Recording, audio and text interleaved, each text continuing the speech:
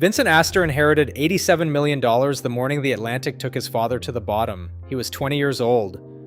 The one person in the world who had ever loved him was dead, and the money arrived in his place.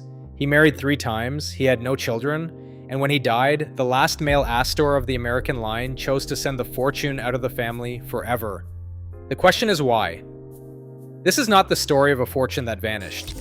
The dynasty ended not with a crash, but with a choice, made by the man who carried the name. And the answer traces to a morning on the North Atlantic, to a father who drowned, to a mother who had never wanted the boy she had, and to the decades Vincent Astor spent trying to decide whether a name like Astor was worth what it had cost him. You need to understand the number.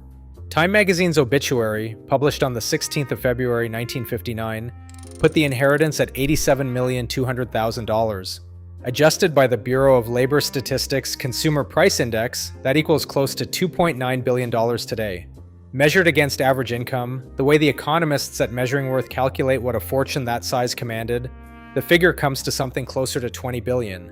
That is the fortune a 20-year-old boy inherited because his father stepped onto the Titanic. Every retelling of the Astor story says the same thing. Vincent was the dilettante heir who scattered the money.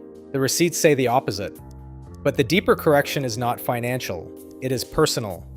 John Jacob Astor IV, Vincent's father, was not the cold and distant patriarch the mythology describes. Justin Kaplan, the Pulitzer Prize-winning biographer, wrote in his history of the family that Vincent adored his father and was adored in return. The cold parent was the mother, and the Titanic took the one who loved him. The Astor fortune began with a German immigrant named John Jacob Astor who arrived in the 1780s and turned the fur trade into the greatest real estate empire in American history. For a century, the Astors bought Manhattan and never sold it. By the Gilded Age, the name was the richest in the country. By the time Vincent's father inherited the family holdings, the estate controlled vast tracts of the city, and the annual rent income was measured in the millions. John Jacob Astor IV was the heir who built things. He commissioned the St. Regis Hotel on Fifth Avenue in 1904, spending $5.5 million on what the press called the finest hotel in the world. He filed patents, he wrote a science fiction novel, and he loved his son. Vincent grew up at the family estate in Dutchess County, where the Astors were neighbors with the Roosevelts, close enough that Franklin Roosevelt's half-brother married Vincent's aunt. His mother, Ava Lowley Willing, was a different presence. She had married John Jacob in February of 1891. The marriage lasted 18 years. David Patrick Columbia, the chronicler of New York high society, told the St. Regis magazine what the household looked like from inside.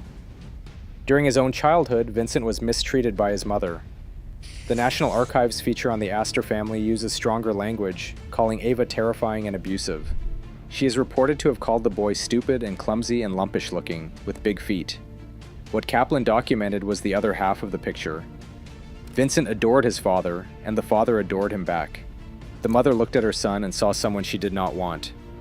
Vincent attended St. George's School in Rhode Island and enrolled at Harvard in the fall of 1911.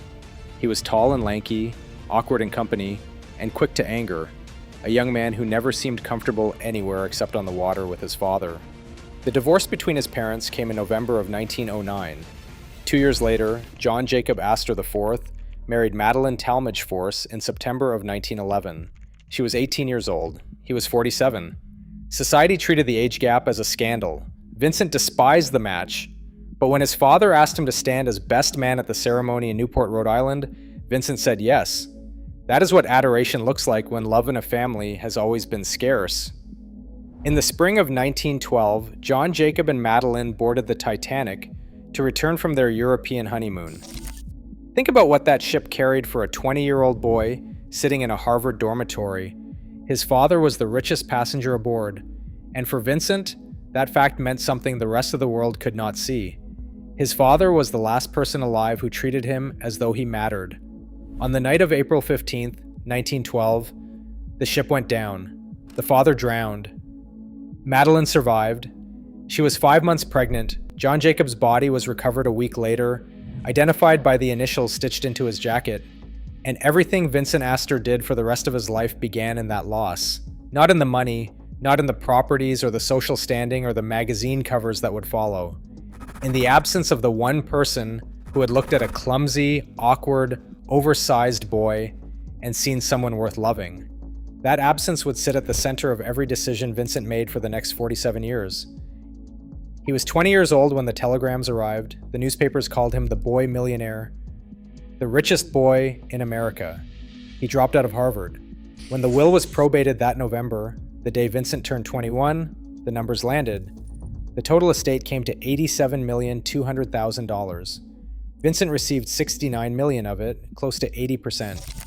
His father's young widow Madeline received $100,000 outright and a $5 million trust fund with a clause designed to control her from beyond the grave. If she remarried, the trust reverted to Vincent.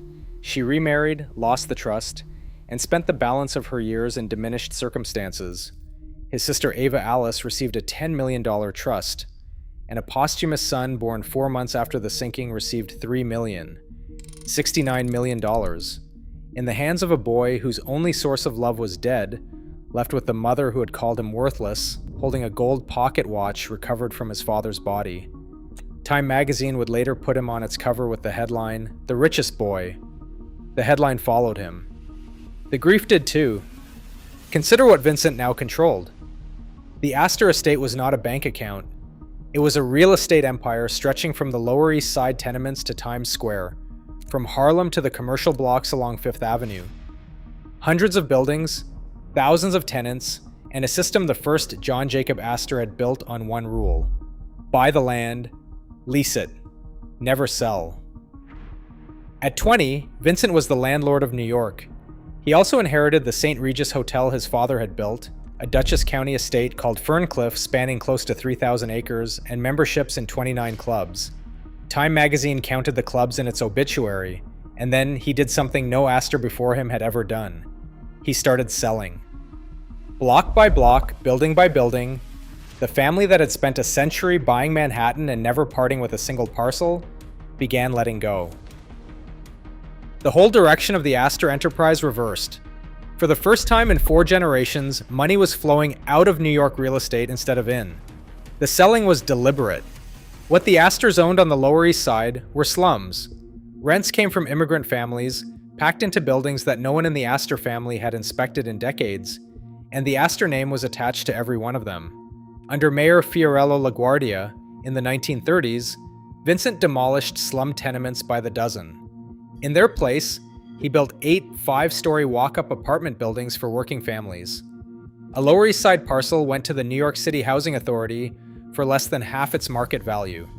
Valuable Harlem real estate became children's playgrounds. Vincent told people it was good business. The National Archives quotes that phrase as his standard explanation for charitable work. But what Vincent was doing went further than business. He was rewriting the terms of the Astor Fortune, one demolished tenement at a time. But the money was not the only thing Vincent could not hold on to. He married Helen Dinsmore Huntington on the 30th of April, 1914. She was from Dutchess County, a childhood acquaintance from the same world of old families and country estates. The marriage lasted 26 years. They had no children. An illness early in the marriage had left Vincent unable to have them.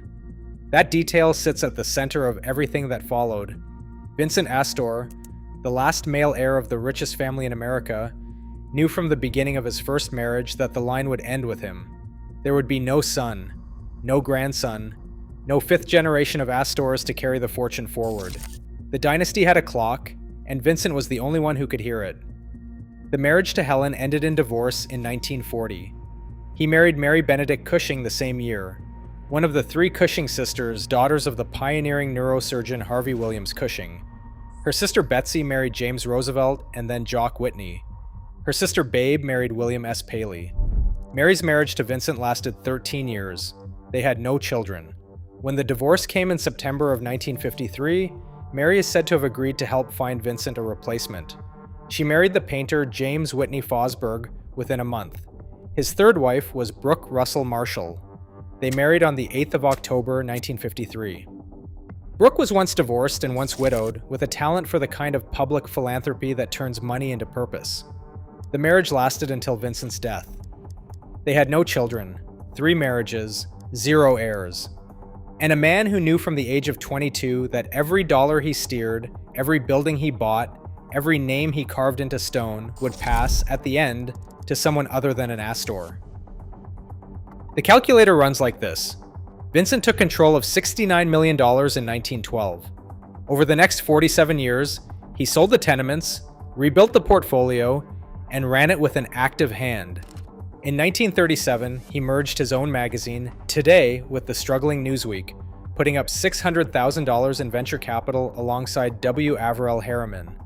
He became chairman of what the world would know as Newsweek and held the position until his death. The magazine's headquarters were in the Knickerbocker Building on West 42nd Street, a building his father had constructed. He sold the St. Regis Hotel in 1927. At a foreclosure auction on the 11th of June, 1935, he bought it back for $5,090,000, plus $300,000 for the furniture. Within 2 years, the hotel was profitable again. Vincent held it until his death, when it sold for $14 million. The bird expedition to the South Pole in 1929 carried Astor money, and a mountain in Antarctica was named for the trouble.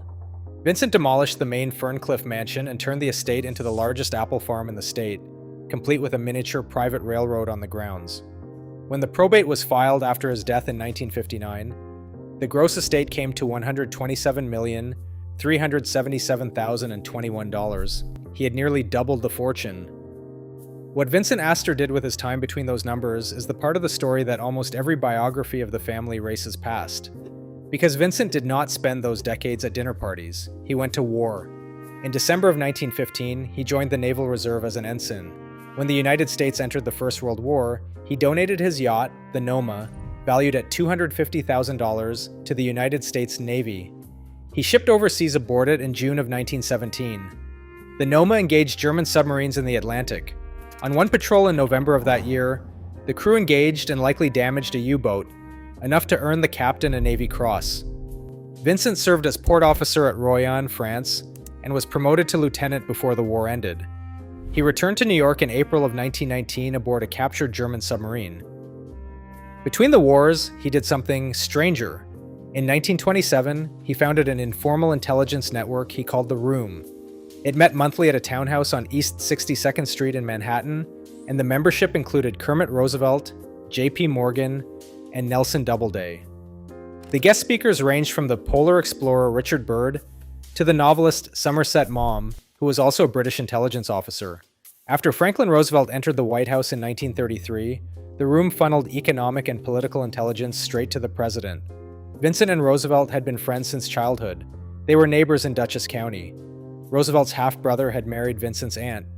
When Roosevelt contracted polio, Vincent lent him the indoor swimming pool at Ferncliff for hydrotherapy.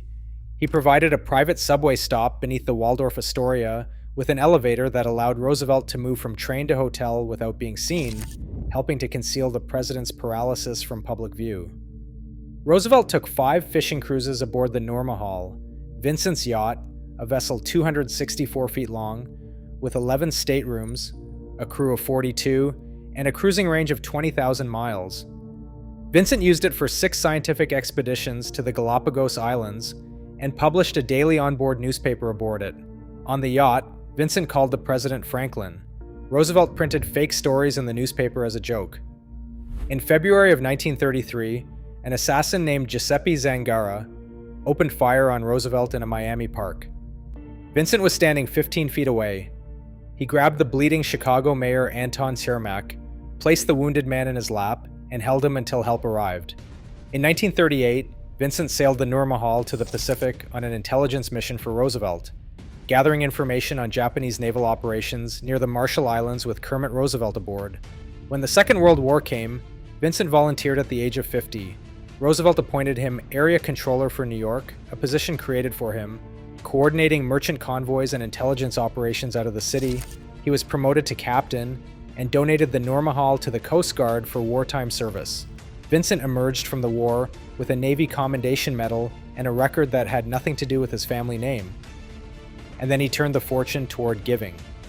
In 1948, Vincent Astor established the Vincent Astor Foundation. Its charter stated a single purpose: the alleviation of human misery. The money went to the New York Public Library.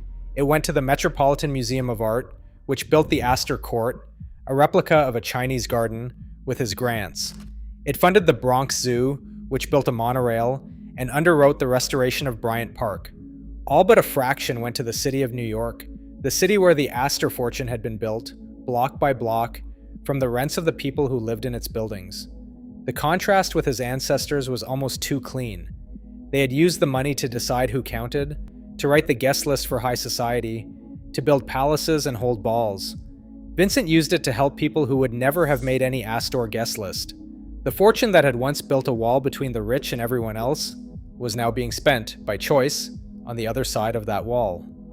Time magazine, in its obituary on the 16th of February 1959, recorded a line Vincent had once offered when asked to explain. "It is unreasonable to suppose that because a man is rich, he is also useless. If you inherited a fortune built on tenement rent collected from people who had nothing, a fortune your father never got the chance to teach you how to carry, what would you do with it?"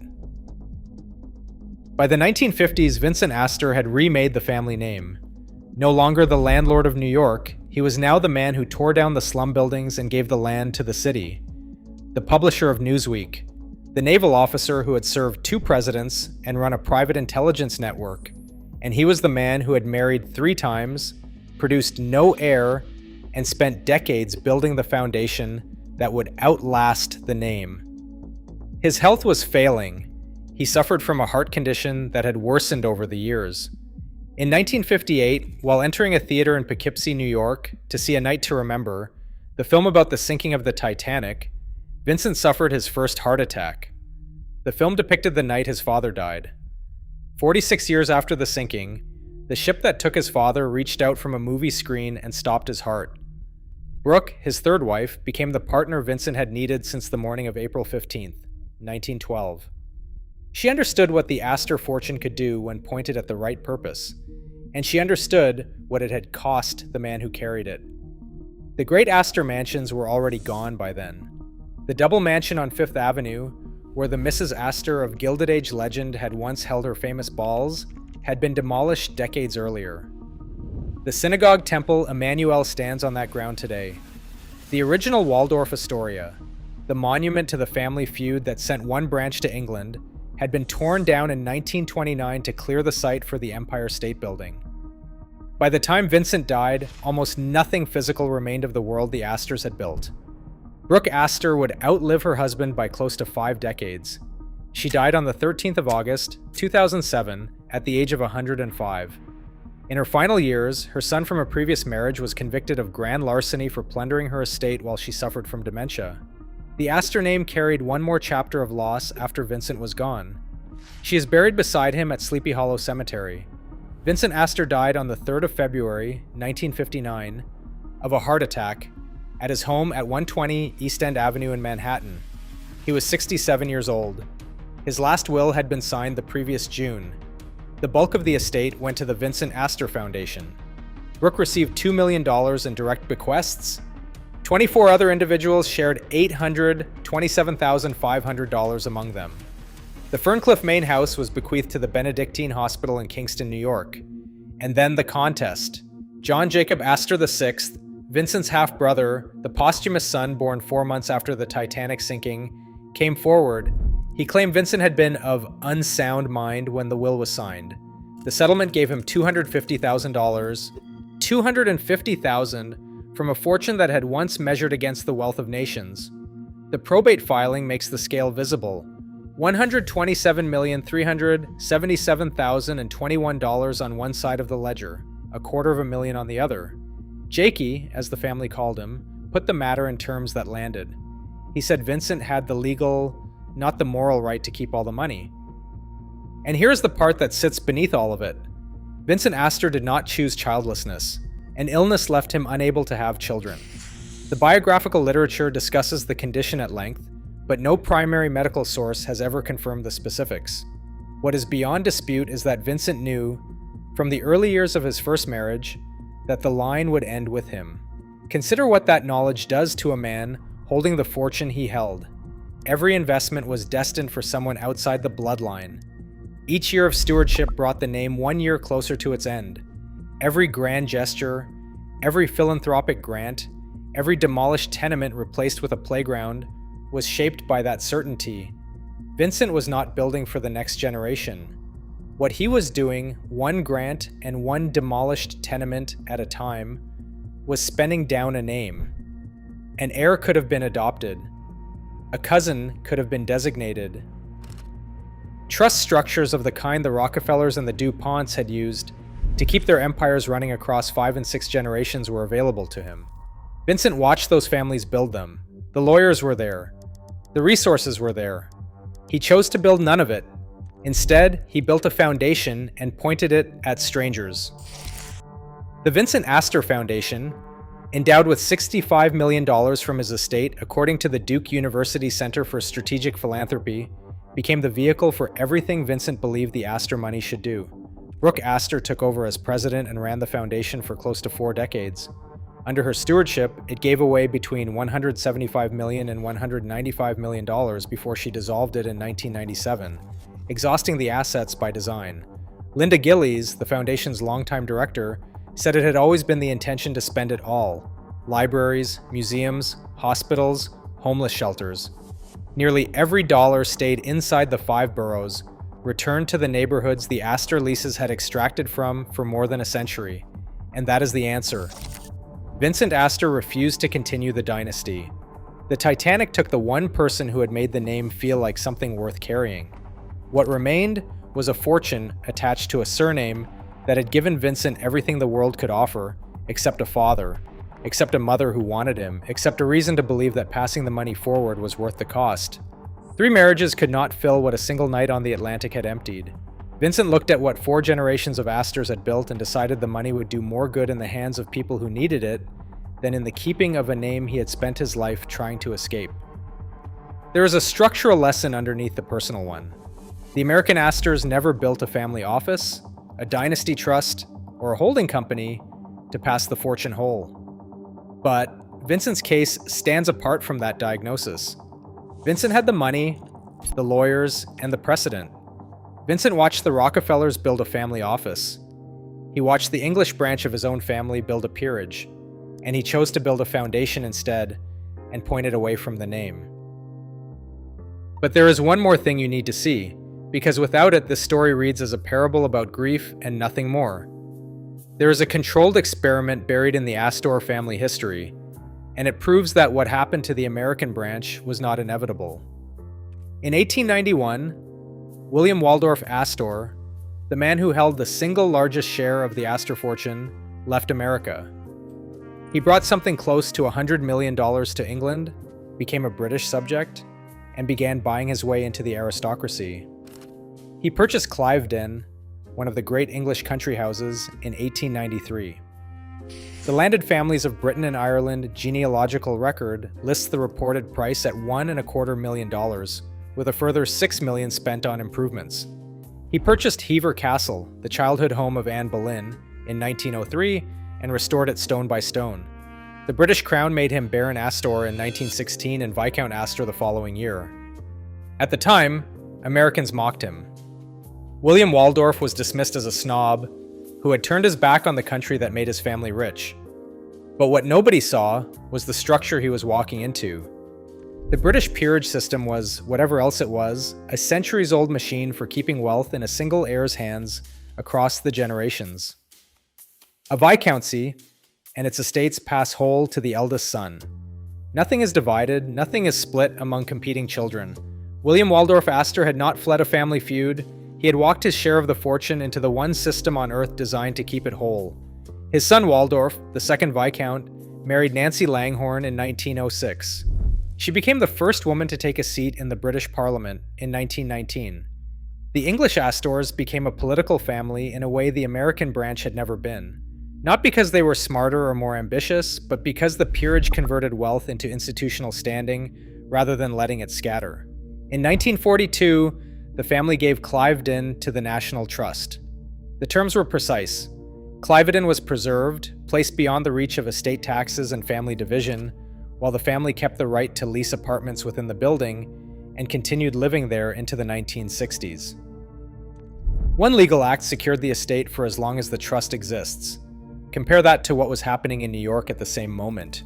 mansions were meeting the wrecking ball, leases were being sold for cash, and the fortune was being sliced at every death. In England, the same blood, the same starting capital, the same surname was doing the opposite. One family ran the experiment in both directions. Hever Castle was sold in 1983 to Broadland Properties, a Yorkshire firm, so the English branch was not immune to the pressures of the 20th century. But the core of the fortune held.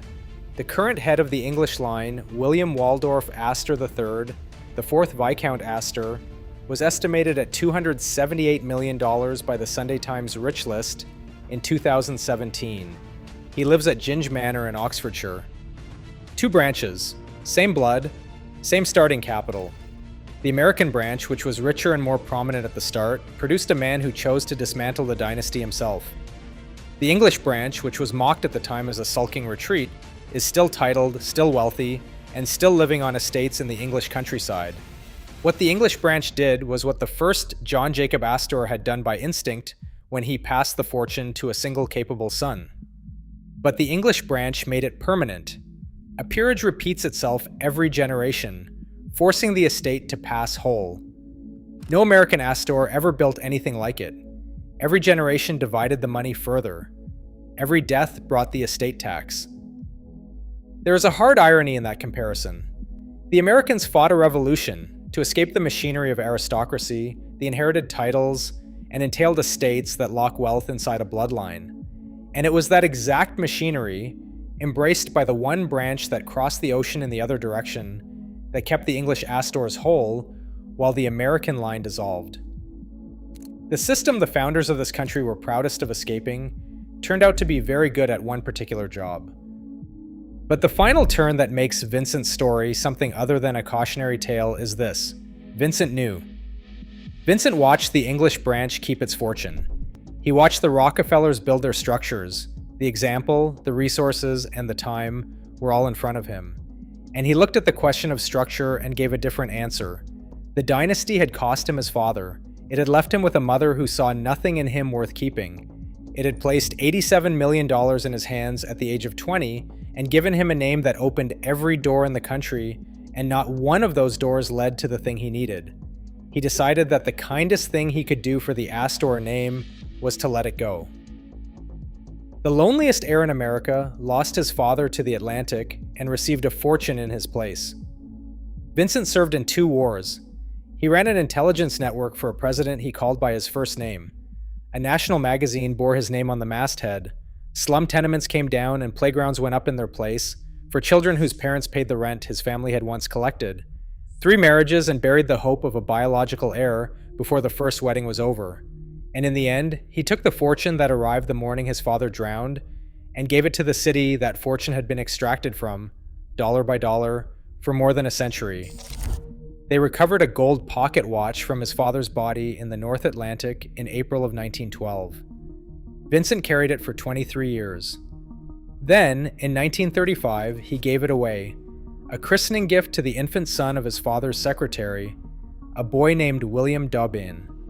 Not a relative, not an Astor, a child outside the bloodline, in whose hands the last relic of his father would outlive the name.